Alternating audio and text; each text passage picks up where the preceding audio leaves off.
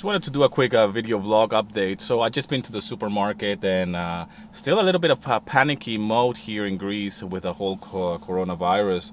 As well, last night the government announced that they're going to be closing all coffee shops and all restaurants and pretty much any shopping mall as well.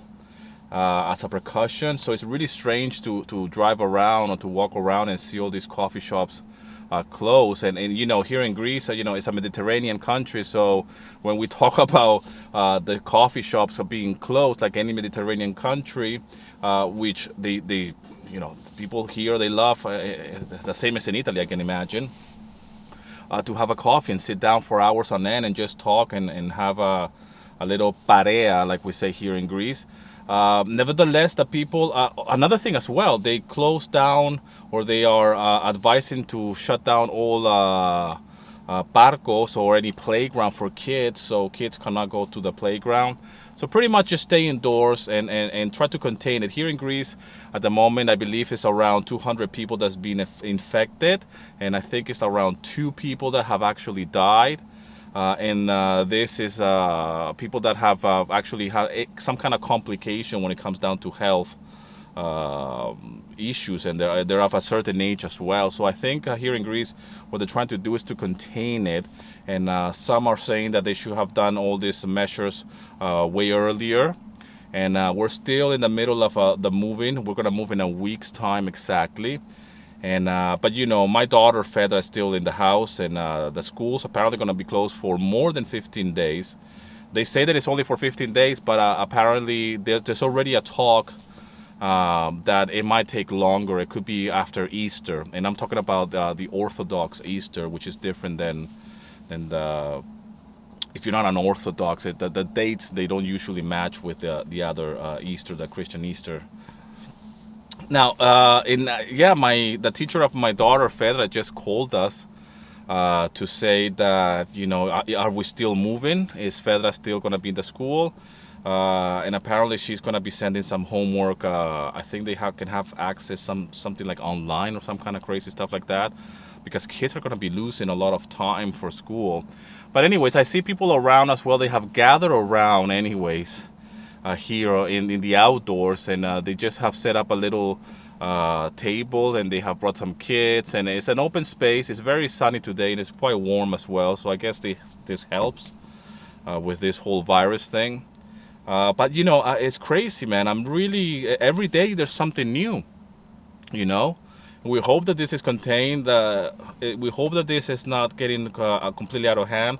I know that in different countries it's a little bit more heavy and it's a little bit more intense, but and I have lived over my years in turmoils, and I have lived in social unrest, but that I mean that I grew up or I spent some of my teenage years and my early 20s in living in Venezuela. So back then in the 80s and mid 90s, so I went through the whole transition of I've been through coup d'etat and stuff like that. I've woke up one day in Venezuela, and the military has taken over the government. And you wake up. I remember I woke up that day and we turned on the TV, and there's some military guys on the TV taking over TV channels with machine guns and stuff. I mean, that's scary stuff. Back then I was still very young, and all I care about was like, hey, I'm not going to school. That's it. But if that happened today, that's really hardcore stuff. And I know it has nothing to do with a pandemic like we're experiencing now at a global level, but it was a heavy social unrest. And I still have memories of that, and seeing not only that, the military on the TV saying that they're taking over, but as well airplanes, military airplanes flying around where I live. It's like, oh my God, it's like a war zone, And later on, we did experience the whole Chavez thing and the whole movement all the way up until he became president. And by then, I have already left the country in Venezuela. So that was like social unrest. And back then as well, there was like curfew, so you couldn't stay up late at night in the streets. And 6, 7 o'clock in the evening, you had to go home. And again, I was very young, but you can still feel it, And I know that it's social unrest and all this fear and all this paranoia. It's just unbelievable how it can change everything, and how this affects businesses and life as we know it. And the same is when I was living in London. I lived in London when the terrorist attacks happened in 2005, and I was actually going to work. And I remember that morning I couldn't get to work because of where I lived. I was actually quite close to the explosions, and or to one of the explosions anyways. And my wife, I remember calling me, and we couldn't get in touch with each other for some time in the morning. And I still remember the social unrest, the fear, the paranoia, and all the really scary times. And when you live in a city like London and this happened, it's really, the next day I had to go to work, and I went with a bicycle. And it's quite a long distance from where I live to go all the way to central London because I was so scared, and you can feel it in the air. So anyways, this now here in Greece and worldwide, I can see this pandemic taking over people's lives, and the information is just so fast, and it's changing by the minute. And depending where you are, countries and governments are taking precautions, and it's crazy stuff, man. I'm telling you. But again, we're still moving. I'm here doing my quick vlog. I just came from the supermarket. Just did some very basic shopping. There's the supermarkets are not closing down or anything. There's no shortage of food. I see the only things in the supermarket is a lot of cleaning products have been really going down in stock. Funny word, in stock. But there's no need for such a panic. That the news and the broadcasters here are saying, do not panic when it comes down to going to supermarkets, because at the end of the day, they're still going to be open. There's plenty of supplies. There's no need to.